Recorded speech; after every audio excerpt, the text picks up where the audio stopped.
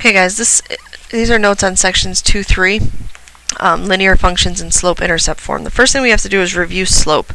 The slope is the rate at which a line changes, and it's constant. That's one thing you have to know. Slope is constant. And you have to know how to find slope. The letter we use for slope is m, and the formula is y2 minus y1 over x2 minus x1. Now hopefully this is not new to you, and if it is, you need to come after school because I'm not going to spend a lot of time explaining on how to find slope because anyway, let's try one. Find the slope between the points 3, -7 and 4, 2. Okay, the first thing you might want to do is label your points x1, y1, x2, y2.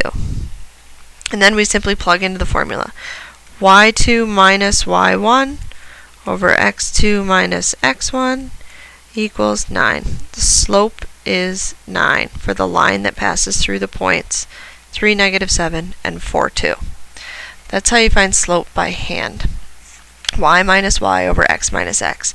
Something important to understand about slope is whether or not it's positive or negative. So take a look at these two slopes. This is axes. Determine if the slope is positive or negative. Well, the easiest way to do it is to just look and say, if I'm walking along the street from left to right, because everything in math is left to right, would this line be going uphill or downhill? And hopefully you see that you'd go downhill. That means it has a negative slope. This one, if you come along left to right, you're going uphill. That has a positive slope. And what that means is, as x gets bigger, y gets smaller with a negative slope. With a positive, as x gets bigger, y gets bigger. There are two other types of slopes. What happens if you have a horizontal line or a vertical line?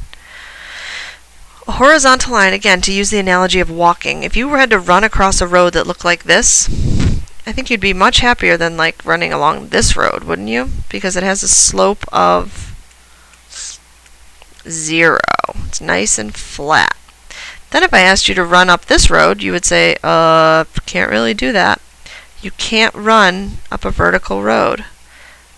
Slope is undefined. It's not possible. You can't have a slope of a vertical line. It's called undefined.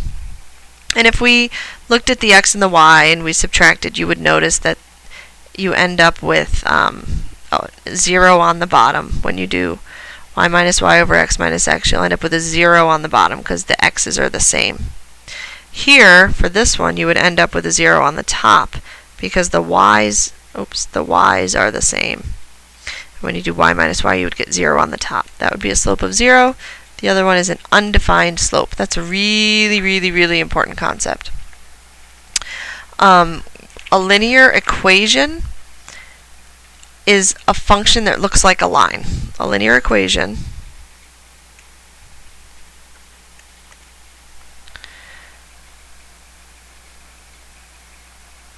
is a function that looks like a line.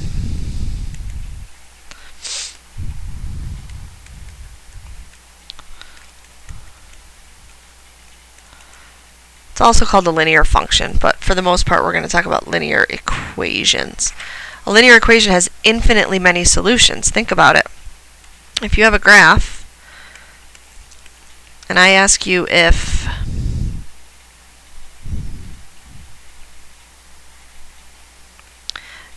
let's call this 2, 0, we'll call this 0, -2.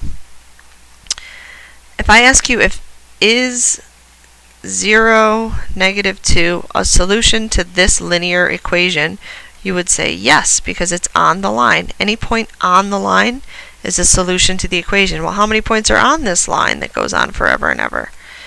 Infinitely many points. So we're used to equations that look like this, where there's only one right answer for x. X is 2.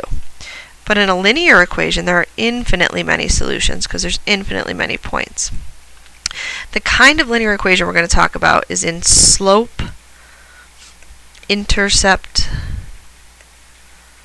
form. And I've heard a lot of you mention this recently. This is slope-intercept form. Y equals mx plus b, where m is the slope and b is the y-intercept. Some people say, well, what are x and y? Well, we just talked about how there are infinitely many solutions, right? And a solution to a linear equation is an ordered pair. So if you have an x and a y that go in here and here that make this equation true, that's one of the solutions to the equation. So x and y are parts of the coordinates that make up the whole line. So we have to practice writing equations of lines. So for instance, write an equation in slope-intercept form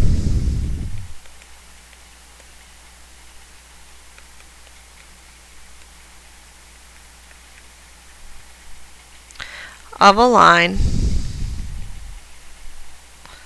that says line, with a slope of -1/3 and a y-intercept of 0, -5.